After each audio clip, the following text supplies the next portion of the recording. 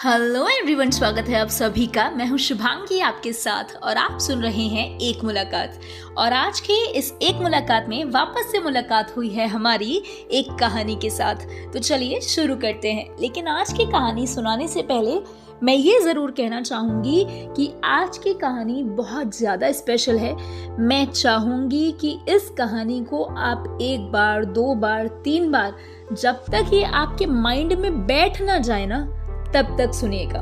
तो चलिए शुरू करते हैं। आज की कहानी है कृष्णा जी के बारे में, उस दौर के बारे में जब कृष्णा जी माता देवकी को कंस के चुंगल से छुड़ाने गए थे। तो जब वो माता देवकी को कंस के चुंगल से छुड़ा रहे थे, तब माता देवकी ने कृष्ण जी से एक सवाल पूछा कि बेटा, आप तो भगवान हैं, आपने मुझे छुड़ाने में इतने साल क्यों लगा दिए? 14 साल का इतना लंबा वक्त आपने क्यों ले लिया? तो कृष्ण जी हंसने लगे और बोले, क्योंकि माता, आपने भी तो मुझे 14 वर्ष का दंड दिया था।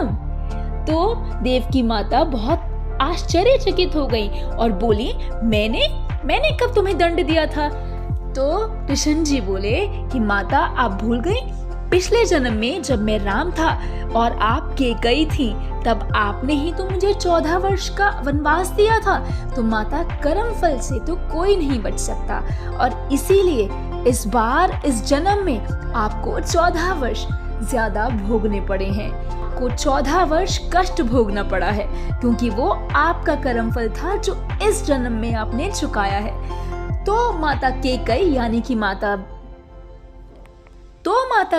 यानी कि माता देवकी ने बोला, अच्छा ठीक है, अगर मैं केकई थी तो यशोदा कौन थी? तो कृष्ण जी मुस्कुरा के बोलने लगे कि यशोदा माता थी माता कौशल्या, जिन्हें पिछले जन्म में 14 वर्ष मुझसे अलग रहने का दंड मिला था, और वो भी जब उनकी कोई गलती नहीं थी। उन्होंने वो पीड़ा सही थी, इसीलिए उस पीड़ा को कम करने के लिए और उनके वो 14 साल उन्हें लौटाने के लिए मैं मेरी माता यशोदा के पास इस साल 14 वर्ष तक रहा था।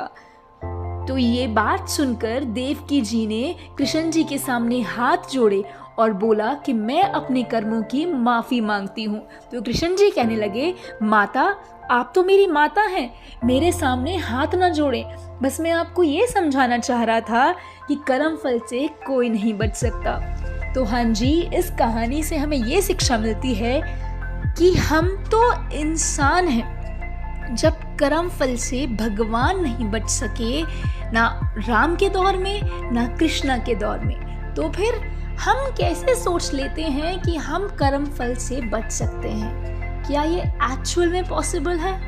नहीं। जो भी हम कर रहे हैं, जो भी हम बोल रहे हैं, जो भी हम सोच रहे हैं, सब कुछ हमारा कर्म बनता है। और इसीलिए हमेशा जो भी आप बोलें, सोचें, करें, खासकर दूसरों के लिए, वो ज्यादा सोच समझ कर करिएगा, क्योंकि कर्म हमेशा लौट कर आते हैं, चाहे अच्छा हो या बुरा हो।